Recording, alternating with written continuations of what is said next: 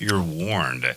Harry enraged as furious Army veteran forced him to quit 2025 Vancouver Invictus Games. Prince Harry faces controversy as military veteran forced to leave Invictus Games Vancouver Whistler 2025. The Invictus Games, founded by Prince Harry in 2014, has always been a beacon of hope and inspiration for wounded, injured, and ill service members and veterans. However, the 2025 edition of the Olympics, or the Invictus Games rather, scheduled to take place in Vancouver and Whistler, Canada, has sparked controversy due to a series of shocking events involving the event's founder.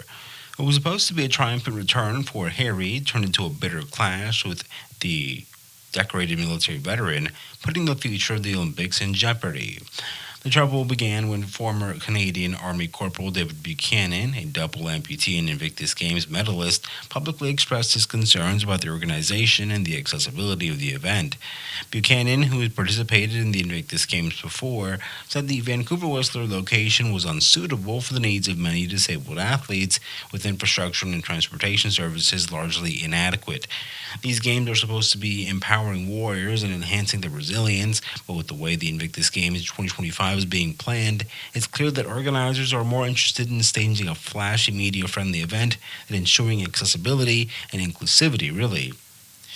Buchanan's comments quickly attracted attention, sparking a heated debate within the veteran community and the general public. Many have rallied behind the outspoken veteran, applauding his willingness to keep accounting for the Invictus Games. However, Prince Harry, who poured his heart and soul into creating the Invictus Games, was not amused. The Duke lashed out at Buchanan, accusing him of undermining the event's mission and tarnishing his legacy. Corporal Buchanan's comments are nothing more than the ignorant ramblings of a disgruntled individual, Prince Harry said. The Invictus Games has always been about athletes, and we have worked tirelessly to ensure that the 2025 edition will be the most accessible and inclusive yet.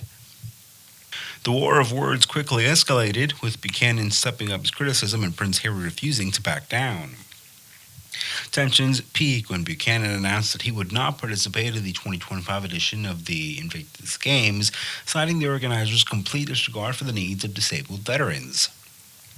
The news shocked the veteran community, with many expressing support for Buchanan and disappointment in Prince Harry's handling of the situation. Suddenly, the Invictus Games, a symbol of unity and resilience, became a source of division and controversy. As the standoff continues, Invictus Games organizers find themselves in a precarious position as one of the event's most prominent athletes tries to participate, and the public becomes increasingly critical of the response by Prince Harry. The future of the Olympics, or rather the Invictus Games, hangs in the balance. Behind the scenes, frantic efforts were made to resolve the crisis. Harry was urged by an assistant to extend an olive branch to Buchanan, but to no avail. The Duke remained resolute in his defense of the organization of the Invictus Games, unwilling to accept the veterans' demands. The situation reached a boiling point when Buchanan announced that he would stage a protest outside the Invictus Games opening ceremony, vowing to expose the event's lack of accessibility. With tensions reaching a boiling point, all eyes of the world are on Vancouver and Whistler, as the stage is set for a dramatic showdown between the Royals and the Vets. As the opening ceremony approaches, the fate of the Invictus Games hangs in the balance. Will Harry finally accept Buchanan's demands, or will the Duke's stubbornness lead to unthinkable, the collapse of the very event that he's worked so hard to build? The world waited anxiously, wondering whether the Invictus Games, a symbol of hope and resilience, could survive this unprecedented crisis, and only time will tell whether the Duke and the veteran can put aside their differences for the greater good of the wounded warriors they both claim to champion.